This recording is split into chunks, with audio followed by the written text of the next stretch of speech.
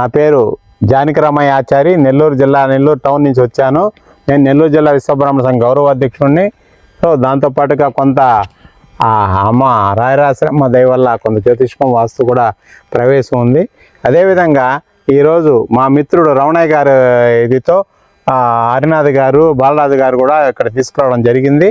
ఈ యొక్క ఎర్రచందనం చెట్లు గురించి ఇప్పటి వరకు ఇక్కడ 1000 ఎకరాలు వేశారు. అసలు మనం దీనికి చెప్పక్కర్లేదు, ఎందుకంటే దీని గురించి అందరికీ తెలుసు కాబట్టి ఇన్ని 1000 ఎకరాలు ఈరోజు వాళ్ళు చేయగలిగారు. కానీ దీనికి ఒక విశేషమైనది ఉంది కనుక ఈరోజు నేను రావడం జరిగింది.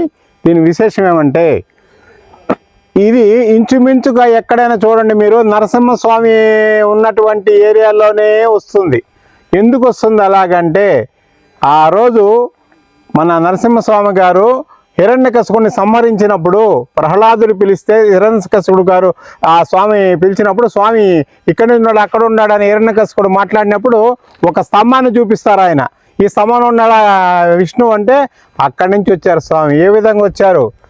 మధ్యాహ్నం కాదు, రాత్రి కాదు, సాయంత్రం కాదు, పొద్దున కాదు, మధ్యలో అసుర సమయంలో వచ్చారు. ఆయన వచ్చి ఆ హిరణ్యకశిపుడిని ఒక గడప మీద తీసుకెళ్ళి తొడల మీద పెట్టుకొని ఆయన సంహరించి ఆ రక్తం అదంతా కూడా, ఆయన మామూలుగా విష్ణువు అంటేనే మనకు విష్ణు స్వరూపం అంటే చాలా శాంత స్వరూపం, కానీ ఆయన ఆ రోజు ఆ భీకర స్వరూపాన్ని దాల్చవలసిన పరిస్థితి వచ్చింది.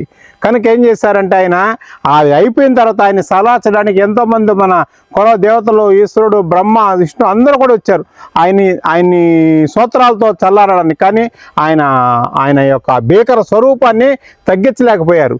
ప్రహ్లాదుని కూడా అడిగారు, ప్రహ్లాదు కూడా చెప్పాడు, కానీ కొంత శాంతించాడు ప్రహ్లాదుడి యొక్క స్తోత్రానికి. కానీ ఇంకా ఆయనలో ఆ లోపల దాగినటువంటి శక్తిని ఆయన తగ్గించుకోవడానికి ఈ దేవతలు ఏం చేస్తారంటే, అమ్మ లక్ష్మీదేవిని ప్రార్థించారు. అమ్మ మీరు ఒక్కరే ఆయన్ని ఆపగలరు, ఆయన యొక్క భీకర స్వరూపాన్ని తట్టుకోలేకపోతాం తల్లి అని వాళ్ళందరూ ప్రార్థించిన మీదట ఆ లక్ష్మీదేవి చెంచు లక్ష్మి అవతారం దాల్చి ఆ యొక్క నరసింహస్వామిని ఆయన యొక్క ఆవేశాన్ని తగ్గించడానికి ఆమె ఏం చేసిందంటే, ఆమె చేసిన స్తోత్రాలు అవన్నీ కూడా ఫలించలేదు. అప్పుడు ఆమెకు అందుబాటులో ఉన్నటువంటి కొంత ఎర్రచందనం మొక్కలో నుంచి ఆమె దాని యొక్క చందనం తీసి స్వామి మీద లేపనం చేసిందని మనకి చరిత్ర చెప్తా ఉంది.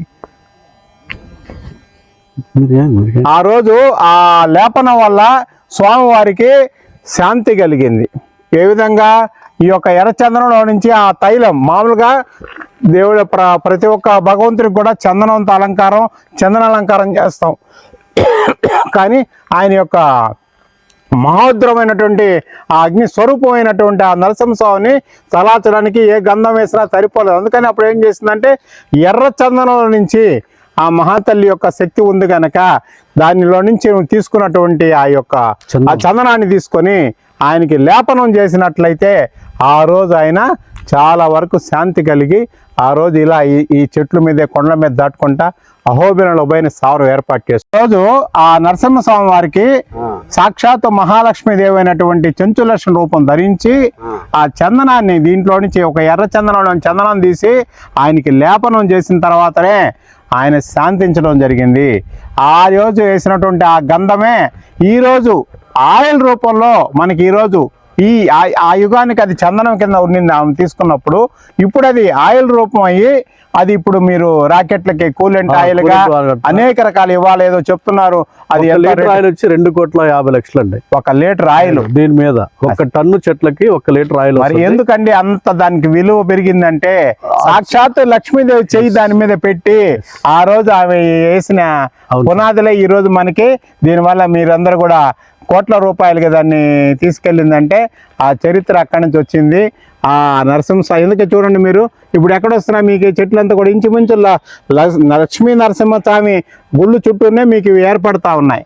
ఎక్కడ కూడా బాగా గమనించండి మీరు పెంచెల కొండ కావచ్చు, నరసింహస్వామి కొండ కావచ్చు, ఇలా అక్కడ నల్లజెండ కావచ్చు, మీరు ఎట్లా తీసుకున్నా కూడా ఆ యొక్క ప్రాంతాలకి ఆయనే ఆ క్షేత్రపాలకుడుగా ఉండడం వల్లనే ఇది ఏర్పడిందని ఆ మహర్షులు వాళ్ళు చెప్పడం జరిగింది. దాన్ని మేము మా శక్తోపచారంగా మీకు చెప్పడం జరిగింది. మీరు కట్ చేసుకోండి. భారతదేశంలో ఒక 5 ఆంధ్రప్రదేశ్లో 5 జిల్లాల్లోనే పండదు, ఇంకెక్కడ పండదు ఎర్రచంద్ర చెట్టు అనేది. అందుకే దీనికి అంత విలువ. ప్రపంచంలో ఈ ప్లేస్ ఈ place లోనే. 5 ప్లేస్ ఒక మధ్యతరగతి కుటుంబం దీంట్లో పెట్టుబడి పెట్టిన తర్వాత ఒక 10 సంవత్సరాలు ఆగిన తర్వాత కోటీశ్వరుడు అయ్యేదానికి దీంట్లో ఒక్క దాంట్లోనే అవకాశం ఉంది. మిగతా ఏది చేసినా కూడా లేదు. ఈ చెట్టుకుండే విలువ అటుంటుంది. ఇది ఇండియాలో కాదు, భారతదేశంలోనే కాదు, ఇది ప్రపంచ దేశాలకు అమ్మే చెట్టు. ఇది ఇక్కడ అమ్మే చెట్టు కాదు. అందువల్ల దానికి అంత విలువ ఉంటుంది. ఒక మిడిల్ క్లాస్ పీపుల్ 10 సంవత్సరాలు కోటీశ్వరుడు ఎందుకు అవుతాడు, ఒక రైతు ఎందుకు అవుతాడు 10 సంవత్సరాలు కోటీశ్వరుడు అని ఈ చెట్టులోనే అవుతాడు. ఈ చెట్టు ఉంటేనే అవుతాడు, ఈ చెట్టు లేకపోతే కాలేడు. ఇది వాస్తవం. అది ఈ చెట్టు మీద మీకు ఇప్పుడు తక్కువ పెట్టుబడి మీద ఎక్కువ ఆదాయం వచ్చేది ఈ ఒక్క ప్రపంచంలో కల్లా ఏ బిజినెస్ అయినా తీసుకోండి, మీరు ఎక్కడైనా క్యాలిక్యులేట్ చేసుకోండి, ఈ చెట్టుకు ఉన్నంత ఆదాయం దేంట్లో లేదు. రైతు రాజు అవ్వాలంటే ఇక్కడ రావాలి. 100% రాజు మహారాజు అవుతాడు. రాజు కూడా కాదు, మహారాజు. ఎక్కడెక్కడ పండుతుంది సార్ ఇది? సార్ నెల్లూరు, చిత్తూరు, ప్రకాశం, కడప, అనంతపురం ఈ డిస్ట్రిక్ట్ లోనే ఒక్క ఫ్లేవర్ లోనే, మొత్తం డిస్ట్రిక్ట్ మొత్తం రాదండి, ఒక్క ఫ్లేవరే ఉంటది. అంటే ఈ ఎర్రచందనం చెట్టు ఈ నరసింహస్వామి నడయాడిన ప్లేసుల్లోనే ఈ చెట్టు గ్రోత్ ఉంటది. ఆయన అడుగుపెట్టిన చోట్లోనే ఆయన ఉగ్ర రూపం దాల్చిన తర్వాత ఎన్ని రకాలుగా ఆయన శాంతింపజేయాలన్నా ఆయన శాంతించలా. ఒక్క ఎర్ర చందనం చెట్టుతో తీసిన లేపనం ద్వారానే, ఆ చందనం ద్వారానే ఆయన శాంతించారు. ఆ శాంతి ఇప్పటికీ మీకు పెంచుల కారణ రూపంలో కనిపిస్తుంది. ఆయన ఉగ్ర నరసింహగానే ఉంటాడు అక్కడ. మీకు మిగతా చోట్ల మామూలు నరసింహస్వామి అమ్మవారు ఉంటారు, ఇది ఉంటుంది. ఇది ఉండబట్టే ఈ చెట్టుకి ఈ ఏరియాలో ఉండబట్టే అంత వాల్యూ ఇంకెక్కడా లేదు ఈ వాల్యూ. అందుకనే ప్రతి రైతు ప్రతి కస్టమర్ కూడా ఇక్కడికి వచ్చి ఎందుకు చిన్న ఇన్వెస్ట్మెంట్ పెట్టుకొని వెళ్తున్నాడంటే, ఒక 10 సంవత్సరాలు ఆగితే మనం దీంట్లో ₹1 పొందొచ్చు, ఫ్యామిలీ బాగుంటుంది, మన పిల్లలు బాగుంటారు, వాళ్ళ భవిష్యత్తు బాగుంటుంది. ఇది తరతరాలకి తరగని సంపద సార్ ఎర్రచందనం చెట్టు అనేది. ఒక రైతుకు ఉందంటే ఎర్రచందనం చెట్టు, అతను కోటీశ్వరుడే, ఎప్పుడైనా కోటీశ్వరుడే, ఈ రోజు కాబట్టి రేపైనా కోటీశ్వరుడే. ఏమండి, అది మా కంపెనీ ద్వారా మేము పైకి వస్తూ మాతో పాటు మాతో ఉండే కస్టమర్స్ కూడా పైకి తీసుకురావాలనే ఉద్దేశంతో ఈ చెట్టు ద్వారా అతన్ని తీసుకొని వచ్చేదానికి ప్రయత్నం చేస్తాం. 100% వాళ్ళకి ఏం చెప్పి ఈరోజు మనం రిజిస్ట్రేషన్ చేస్తున్నామో, అమ్మిస్తున్నామో, 10వ సంవత్సరంలో వాళ్ళకి అది ఫుల్ఫిల్ చేసి ఇచ్చేస్తాం. ఆ విధంగా నడుచుకుంటా పోతుంది కంపెనీ. ఇప్పటి వరకు 55 వెంచర్లు సార్, 5,000 ఎకరాలు వేసాము, ఇంకా 5,000 ఎకరాలు వేయబోతున్నాము. ఈ కంపెనీ మీరు వెబ్సైట్ లో చూడొచ్చు. ఒక్క మనిషికి ఎంత అలాట్ చేస్తారు సార్? ఒక్క మనిషికి 5 ఎకరాలు ఇస్తారు సార్. 1/2 ఎకరా నుంచి 5 ఎకరాల వాళ్ళకి అలాట్ చేస్తారు. లీస్ట్ 1/2 ఎకరా, మాక్సిమం 5 acres. అతను పెట్టుబడి పెట్టేదాన్ని బట్టి అతని పేరు మీద రిజిస్ట్రేషన్స్ ఉంటాయి. అడంగల్ 1 బిల్ అన్ని పేరు మీద, ఆయన పేరు మీద ఉంటే పాస్బుక్ ఆయన పేరు మీద ఉంటుంది. రిజిస్ట్రేషన్ చేసిన తర్వాత మేము వ్యవసాయ పరంగా వచ్చినప్పుడు కంపెనీ సైడ్ నుంచి వస్తుందండి. దీన్ని వ్యవసాయం చేసి 10 సంవత్సరాలు దానికి మందు కానీ, వాటర్ కానీ, సెక్యూరిటీ కానీ మొత్తం దాని కంపెనీ చేసిన తర్వాత సొసైటీ ద్వారా ట్యాక్స్లు కట్టి పర్మిషన్ తెచ్చి నంబర్ తెచ్చి వాళ్ళ ముందే కట్ చేసి గ్రేడింగ్ చేసి, ఆ గ్రేడింగ్ చేసిన దాంట్లో ఎంత వస్తుంది 60-40 చేస్తాం సార్. ఎంత ప్రాఫిట్ వస్తుందో 60-40, 60% కస్టమర్కి, 40% కంపెనీ తీసుకుంటుందండి. చెట్టు ఎక్కడ లేఅవుట్లు ఎక్కడ దిగినా సరే కస్టమర్కి ఈక్వల్ షేరింగ్ ఉంటుంది సార్. ఎవ్వరూ నష్టపోయే ఛాన్సెస్ లేదు సార్. అటువంటి కంపెనీ ఇది. మీరు ఒకసారి వచ్చి విజిట్ చేయొచ్చు. విజిట్ చేసిన తర్వాత మీకు ఇది చేయొచ్చు. వెంచర్ ని మెయింటెనెన్స్ ఏదో కస్టమర్లకే ఇస్తామని చెప్పి అన్నారు. ఇది ఫ్యూచర్ లో సార్ కస్టమర్ మిస్యూజ్ కాకుండా కస్టమర్ టు కస్టమర్ కమ్యూనికేషన్ ఉండేదానికి వాళ్ళకి ఎలక్షన్ పెట్టిన తర్వాత, ఎలక్షన్ లోంచి కొంతమంది తీసుకున్న తర్వాత ఆ బాడీ ఈ వెంచర్ లో ఉంటారండి. ఈ వెంచర్ లో ఉన్న తర్వాత వాళ్ళే కస్టమర్ కి డైరెక్ట్ వాట్సాప్ గ్రూప్ ఉంటుంది ఆ లేఅవుట్ కి సంబంధించి. వాళ్ళకి ఆ వెంచర్ కి ఒక బాడీ ఉంటుందండి. ఇప్పుడు 370 ఎకరాలు అన్నారు, దీని చొప్పున 370 మంది కొన్నారు అనుకోండి. ఆ 370 మంది దీంట్లో మెంబర్షిప్.